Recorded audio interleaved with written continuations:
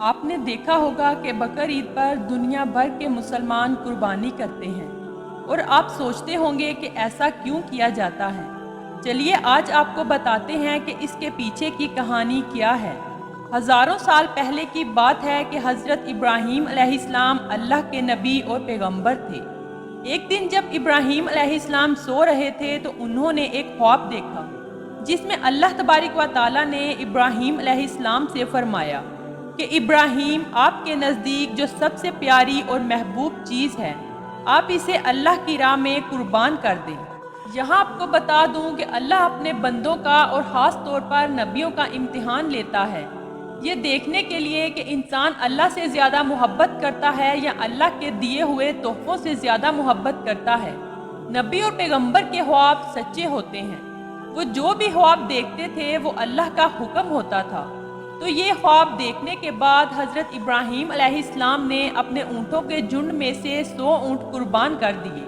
آج کے زمانے میں یہ 100 قیمتی گاڑیاں قربان کرنے کے برابر ہے۔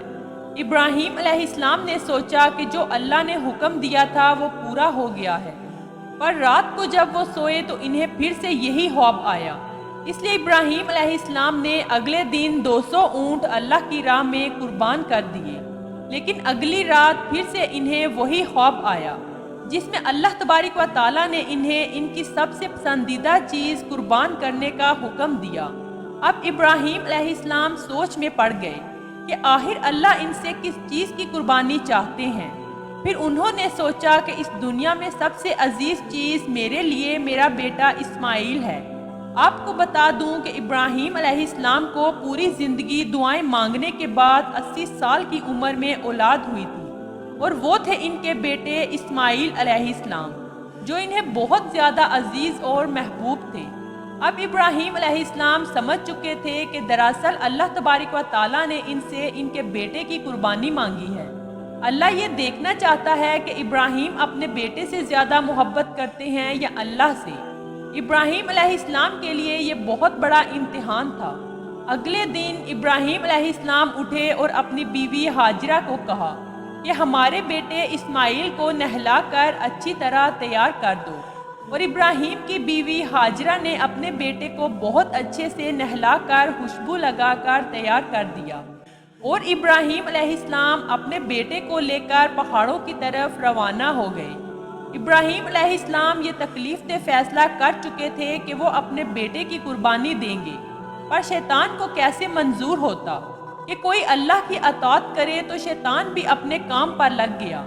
وہ سیدھا حضرت ابراہیم علیہ السلام کی بیوی حضرت ہاجرہ کے پاس گیا، ایک بزرگ کی شکل میں گیا، اور ان سے کہا کہ ابراہیم تمہارے بیٹے کو کسی دعوت پہ نہیں بلکہ اسے قربان کرنے کے لیے لے کر گئے ہیں۔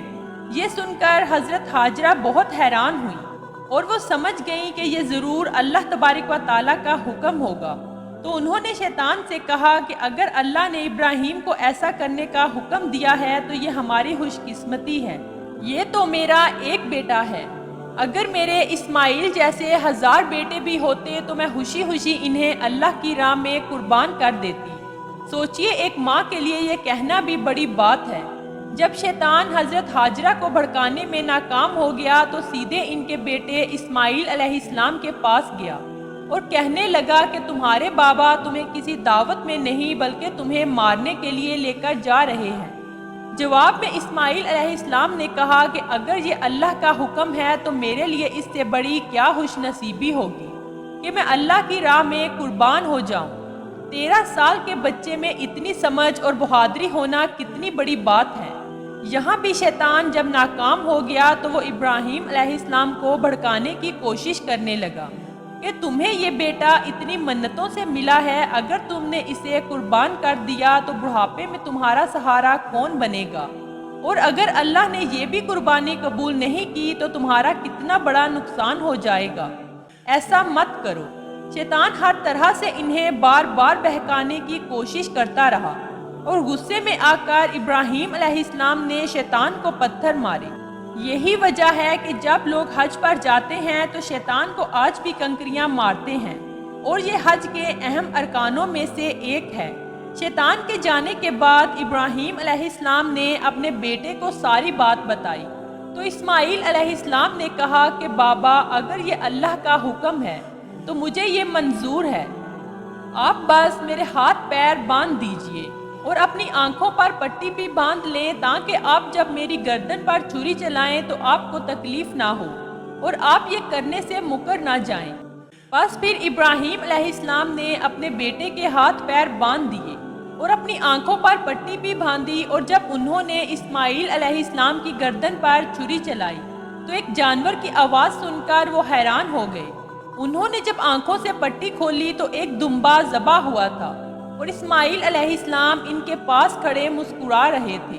تب آسمان سے اللہ تبارک و تعالیٰ نے ابراہیم علیہ السلام سے فرمایا، ابراہیم آپ اپنے امتحان میں کامیاب ہو گئے، ہم نے آپ کی یہ قربانی قبول کی، آپ کا یہ امتحان قیامت تک یاد رکھا جائے گا اور آپ کی اس سنت کو ایمان والے لوگ ہر سال یاد رکھیں گے اور ہر سال اللہ کی راہ میں قربانی پیش کریں گے۔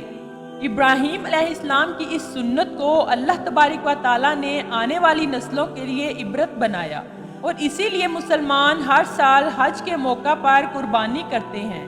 بقر عید پر جو بھی حلال جانور قربان ہوتے ہیں ان کے گوشت کو 3 حصوں میں تقسیم کیا جاتا ہے۔ پہلا حصہ غریبوں اور مسکینوں میں بانٹا جاتا ہے، دوسرا حصہ رشتہ داروں میں دیا جاتا ہے، تیسرا حصہ خود اپنے گھر میں رکھا جاتا ہے۔ آپ کو یہ پتہ ہونا چاہیے کہ بقر عید کا غریب لوگ پورا سال انتظار کرتے ہیں، کیونکہ یہی سال کا ایک موقع ہوتا ہے جب انہیں گوشت کھانا نصیب ہوتا ہے۔ بقر عید کا یہ تہوار دنیا بھر میں بھوک مٹانے کا ایک ذریعہ ہے، اور یہ اسلام کا ایک اہم حصہ ہے۔ حج کے ان 10 دنوں میں کی گئی نیکیاں سال بھر میں کی گئی نیکیوں سے زیادہ پسند کی جاتی ہیں، اس لیے حج کے ان 10 دنوں میں ہمیں زیادہ سے زیادہ نیکیاں کرنے کی ضرورت ہے۔